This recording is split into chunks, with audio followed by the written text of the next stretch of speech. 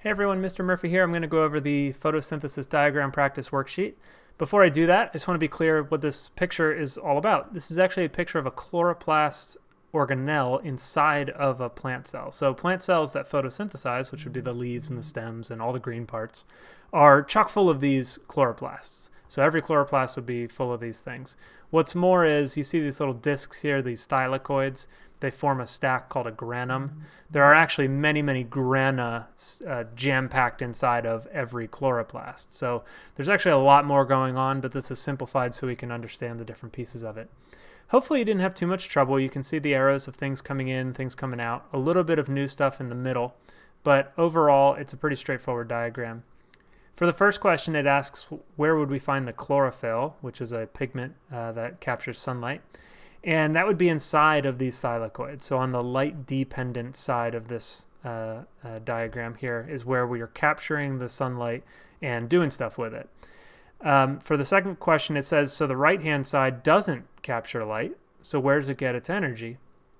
You can figure that out because there's really only one thing coming from the left to the right, and it's this box right here, which contains ATP, which we know is an energy-carrying molecule inside of the cell, and NADPH, which honestly I can't even tell you what that stands for. It's some big long chemical name, but the point is that it's an energy carrier. It's an electron carrier that delivers energy from the light-dependent side, where we're getting that energy from light, and it delivers it to the light-independent side. So number 3 says if ATP is kind of like a charged battery, then what is ADP? And as many of you pointed out correctly, that would be a dead battery, right? It is the depleted molecule of ATP, adenosine triphosphate. The bond gets broken, the energy gets released, and you have adenosine diphosphate, which is ADP. The energy to charge that back up comes from the sunlight. So you notice the ADP and the NADP plus are coming back over to the left-hand side where they get charged up. This is all happening inside of an organelle, so that's number 4. And number 5 asks, what happens if we cut off the CO2? Well, if you cut off the CO2, the light-independent reactions are going to stop. You're going to stop producing sugar first. Now, eventually, because you're not making sugar and you're not using ATP and NADPH, you're going to stop making ADP and NADP+, and therefore the left-hand side is going to stop too. That's not a very common occurrence for a plant to run out of CO2.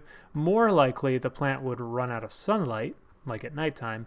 The left-hand side would shut down, and then the right-hand side would shut down a little bit later. So plants can keep making sugar a little bit into the night until those energy stores are gone. For number 6, it asks, where are plants even getting the sugar that they need? So both plants and animals both need sugar. They need food to survive. You and I get that by eating a sandwich and eating different types of food. The plant actually produces it. In fact, we're looking at a diagram that shows us where that sugar comes from. The whole point of photosynthesis from the plant's perspective is to make their own food. For number 7, this one's a little tricky. It says, the light-dependent side has water coming in, H2O, but then those H's seem to disappear. We only have O2 coming out. A lot of you got this right too. The NADPH is where those H's go. You notice NADP plus comes in here and then somehow turns into NADPH. Those are the H's from the water. So it's actually the hydrogens from the water that get carried over to the light independent side. On that side, where do those H's go? That would be a good follow-up question.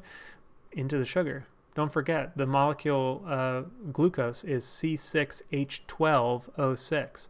So on the right-hand side, you don't see any H's coming in except for those NADPHs. And that's where the hydrogens come from to make the sugar molecule.